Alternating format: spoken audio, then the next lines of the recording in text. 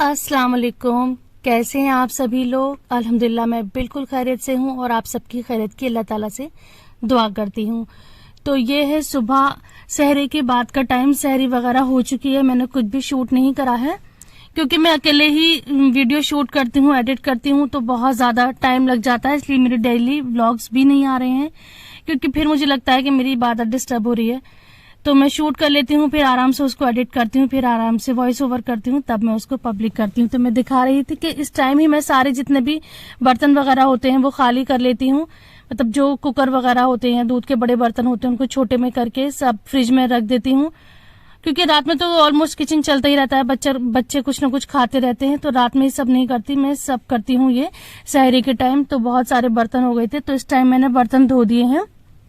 बहुत टाइम लगा था। अब बर्तन रखूंगी बाद में जब तक वो एयर ड्राई होते हैं, और फिर मैं कुरान पढ़ लूंगी क्योंकि सहरी के बाद मैंने नमाज पढ़ी थी। नमाज के बाद फिर मैं किचन में आ गई थी सफाई करने के लिए। उसके बाद फिर मैं कुरान पढ़कर सो गई थी।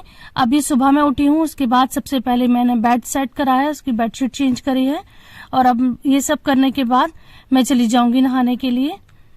और आज मैंने ये वाला इत्र लगाया है। मैं अपने कुछ मेरे व्यूअर्स हैं जो इत्र पसंद करते हैं, वो पूछते हैं नाम, तो मैं यहाँ दिखा दे रही हूँ कि यहाँ पे मैंने ये वाला इत्र यूज करा है। बड़ी अच्छी इसकी फ्रेग्रेंस है। ये थोड़ी जो फ्रेग्रेंस है थोड़ी स्ट्रॉन्ग फ्रेग्रेंस है। इसकी जो खुशबू है वो थोड़ी तेज खुशबू में से है, तो आप इसको घर पर ही यूज करें, बाहर इसको लगाकर न जाएं जो लेडीज हैं। नहाने के बाद फिर बर्तन ड्राई हो गए थे, तो अब मैं आ गई हूँ। पहले यहाँ पर जो बर्तन है उनको सेट कर दूंगी, किचन को बिल्कुल क्लीन कर दूंगी, और उसके बाद फिर मैं कुरान पढ़ने बैठूंगी।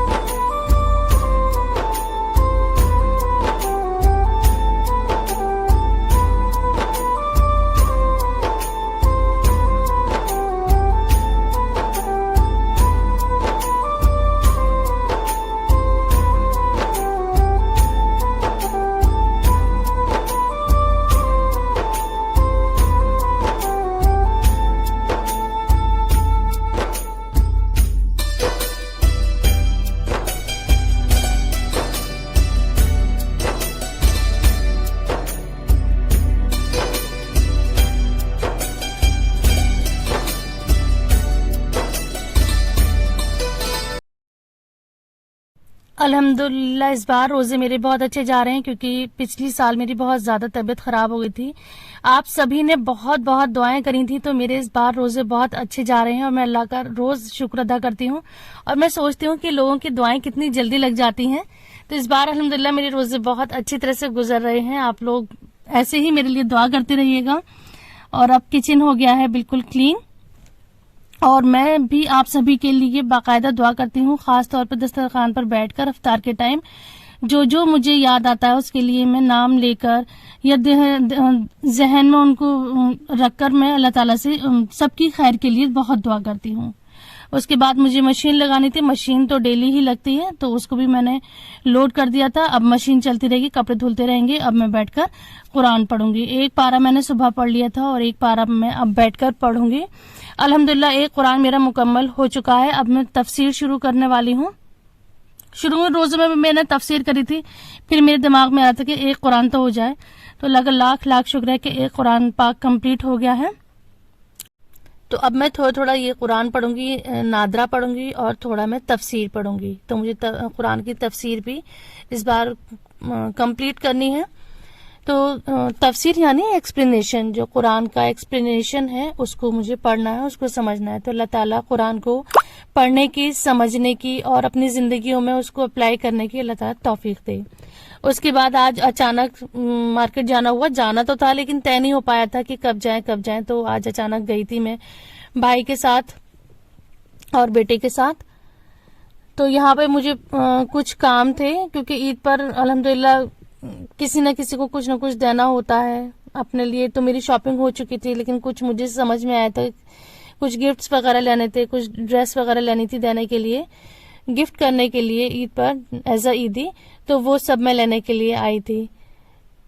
तो बाजार में इतनी रौनक लगी हुई थी, इतना अच्छा लग रहा था। और मैं अमूमन रमजान में बिल्कुल भी नहीं निकलती हूँ मार्केट। तो ये डिस्पोजेबल की मार्केट है, क्योंकि माशाल्लाह रोज आए दिन अफ्तारी बढ़ती है। जैसे कि मैं पिछले ब्लॉग में दिखा चुकी हूँ कि हम लोगों ने अफ्तारी बांटी थी, अल्लाह ताला उसको कबूल फरमाए।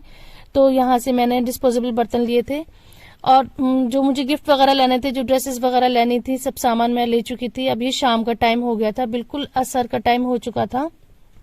तो यहाँ पर दोधपुर चौराहे से ही बहुत अच्छी इफ्तारी मिलती है, तो यहाँ से मैंने इफ्तारी ली थी। तो काफी इफ्तारी हमने पैक करवा ली थी, ताकि मुझे घर जाके कुछ न बनाना पड़े, क्योंकि टाइम भी हो गया था। मुझे जाते ही फिर असर की नमाज भी पढ़नी थी, और इतना टाइम नहीं था कि मैं इफ्तारी बनाऊं। तो मैंने आज यहीं से ही सारी इफ्तारी बनवा ली है। हस्बैंड नहीं आए थे साथ में, वो घर पर ही थे। तो साथ में थे मेरे भाई, मेरा बेटा और भांजा और बेटी थी, हम लोग साथ में थे।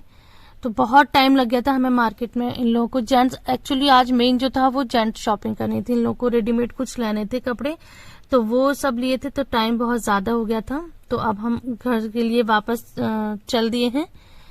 तो अब उसके बाद हम घर जाएंगे और जल्दी जल्दी से असर की नमाज पढ़ेंगे, और उसके बाद फौरन हो जाएगा इफ्तार का टाइम। आप लोग बताइएगा कि आपकी ईद की तैयारियां कहाँ तक हुई हैं, किस किस की कंप्लीट हो चुकी हैं। और मेरी दुआ है सभी के लिए, अल्लाह ताला सबकी बहुत अच्छे से चैन सुकून के साथ ईद गुजरवाए, सबकी बहुत अच्छी तरह से तैयारियां करवाए, और उनको जो इबादत है उसको कबूल फरमाए। और हमारी इबादत में, आपकी इबादत में, सबकी इबादत में अल्लाह ताला खुशू और खुजू को शामिल करे। बहुत अच्छी तरह से हम सब इबादत करें, अल्लाह ताला उसको कबूल फरमाए और उसका अज्र हम सबको दे। और उसी की बरकतें हैं, उसी की ही इतनी ज्यादा रौनकें हैं रमजान में, तभी हर चीज इतनी अच्छी लगती है। तो अब मैं घर पे आ चुकी हूँ।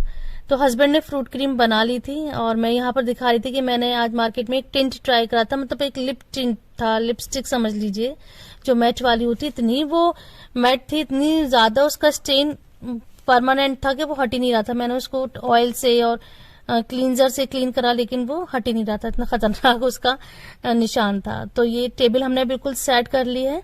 और जैसे कि मैं हर इफ्तार में बताती हूँ, हर ब्लॉग में, कि माशाल्लाह मेरे पड़ोस से ही इतनी अच्छी इफ्तारी आ जाती है डेली। और इतना मैं मार्केट से ले आई थी, तो ये टेबल हमारी बिल्कुल भर चुकी थी। तो कुछ इफ्तारी हमारी पड़ोस से आई थी। ऐसे ही तो नहीं कहा जाता है कि रमजान में अलग ही बरकतें होती हैं। हम चाहते हुए भी ना, सिर्फ मैं, हर किसी के साथ ही होता है, चाहते हुए भी इतनी वैरायटी, इतने आइटम एक साथ घर में बना ही नहीं पाते हैं। बस सोचते ही रह जाते हैं कि आज इतनी इतनी चीजें बनाएंगे, नहीं हो पाता। ये सिर्फ रमजान की बरकत है कि इतनी इबादत भी हो जाती है, इतना ज्यादा अच्छा अपने बच्चों को, अपनी फैमिली को खिला भी देते हैं, और इतना अच्छा सारे रूटीन भी हो जाता है। अल्लाह ताला सबकी इबादत कबूल फरमाए। तो आज टेलर्स के भी यहाँ से हम कपड़े उठाते लाए थे, तो कुछ कपड़े स्टिच हो गए थे, वो मैं ले आई थी। उनको अभी कुछ बाकी आने हैं, सिलने के लिए पड़े हुए हैं। तो यहाँ पर बहन आई हुई थी, मैं उनको कपड़े सब दिखा रही थी, और वो अब जेंट्स कपड़े दिखा रही थी। तो मैंने ये सीन शूट कर लिया है। मुझे मालूम है कि यहाँ इस ब्लॉग में जेंट्स की शॉपिंग देखने में कोई इंटरेस्टेड नहीं है, लेकिन मैं बिल्कुल भी अभी अपनी ईद की शॉपिंग नहीं दिखाऊंगी। मैं अपनी ईद की शॉपिंग ईद पर ही दिखाऊंगी, क्योंकि अभी ईद में दिन बाकी है। अभी से मैं दिखा दूंगी तो मेरी ड्रेस पुरानी हो जाएगी। तो इंशाल्लाह ईद के व्लॉग में मैं अपनी ड्रेस, अपनी बेटी की ड्रेस दिखाऊंगी आपके साथ। तो ये थी मेरी आज की वीडियो। आई होप कि आपको ये वीडियो पसंद आई होगी। अपनी दुआ में मुझे याद रखिएगा। आप सबके लिए बहुत बहुत बहुत सारी दुआएं। आप सबके रमजान अच्छे गुजरें।